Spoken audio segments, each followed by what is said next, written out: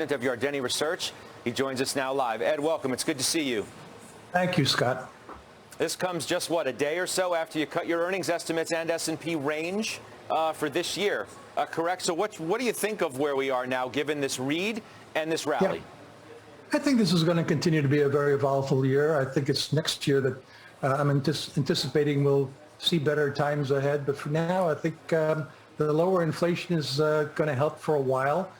We still have some uncertainties with regards to energy, for example, up ahead here. But what's really come down quite a bit is durable goods inflation. And a lot of that's been used car prices, of all things.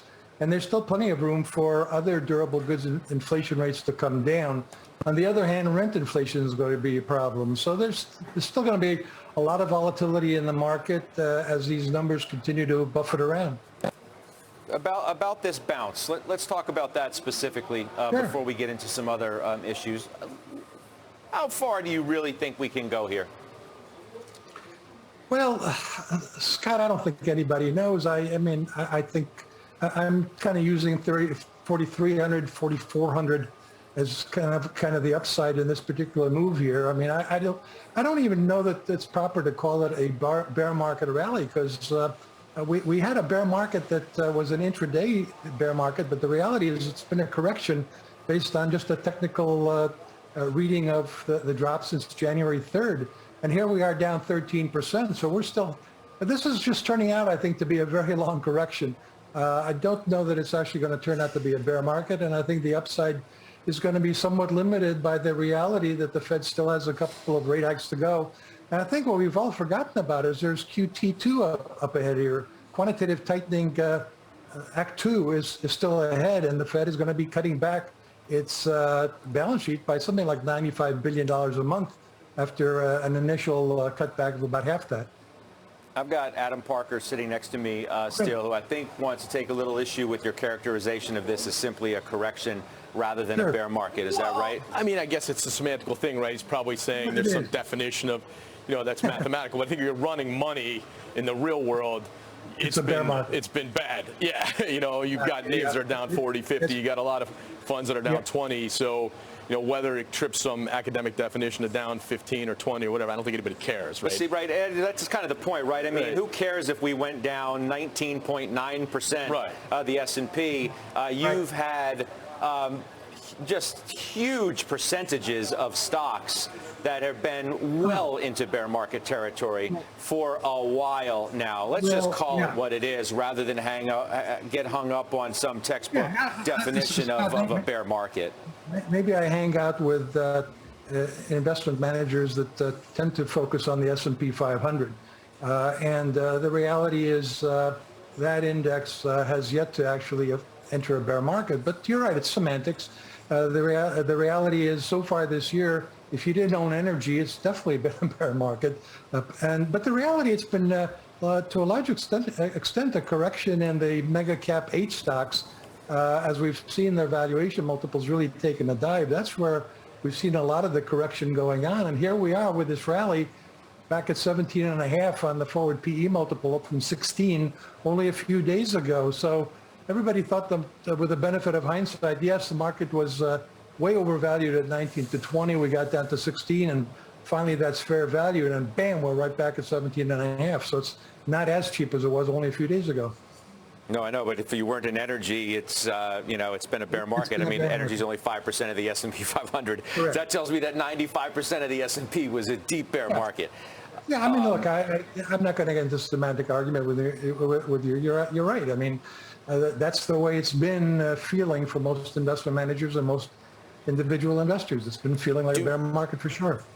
Do you believe, as I suggested, and I brought up Ron Insana's name because he put forth a provocative idea that maybe the Fed's done enough. And he doesn't mean done enough to right now. He means done enough after June, July 50s. What do you think about that? I think there's something to be said for that. Fed officials have made the case that for all the talk about how far behind the inflation curve they are, the fact of the matter is they also use forward guidance. They've talked a lot, and they've certainly tightened credit conditions in that way. Look, we've got recessionary conditions in the housing market developing with the mortgage rate going from 3 to 5%. But of course, home prices are also up 50% on a 2-year basis. So things are slowing down. One of the reasons that I've become more cautious short term is I started to see these regional business surveys for May, and they're really quite weak. They do suggest that the National Association of Purchasing Managers Index could be pretty close to 50. They actually suggest it could be slightly under 50. So we're going to know that on June 1st, and that could kind of make the market realize that things are actually pretty slow, and that while analyst expectations for earnings have been high, some of them are going to be coming down. I wonder if the sell the rippers are going to come back shortly. They feel left out this week. Yeah. There was the buy the dippers who won out this week, and then the sell the rippers are going to show up again. It could be. I'm curious about his view on inflation peaking, though, because if that's really right and that becomes more the consensus narrative over the next couple of months, I think people will start to believe more and more.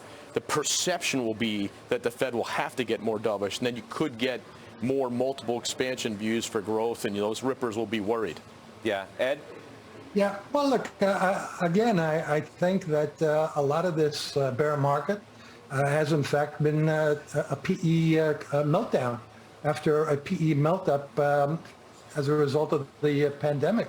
And so this is, in many ways, a correction of the overvaluation that we had in the mega cap 8 stocks. The biggest, largest stocks have had a tremendous PE rally in 2020, 2021, and a lot of them have given all of that back, or quite a bit of it back.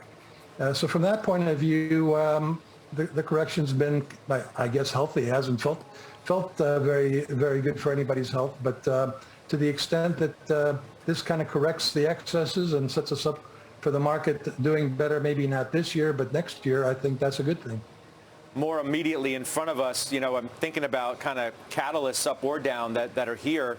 Earnings season, all but over. NVIDIA sort of closed the door on that this week, at least ones that, I think could have a more outsized impact on market direction. You've got pretty much the market understanding what the Fed's going to do, not only in June, but in July.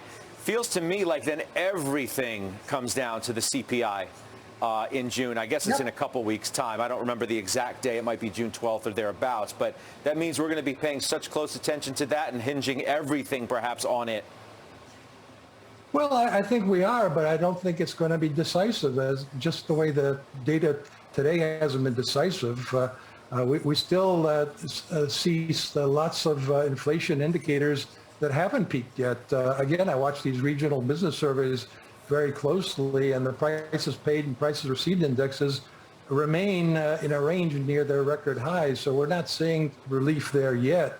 And so I don't think that the June CPI is going to be the number that tells us, yes, we don't have to worry about inflation anymore, and the Fed only needs to do 100 basis points.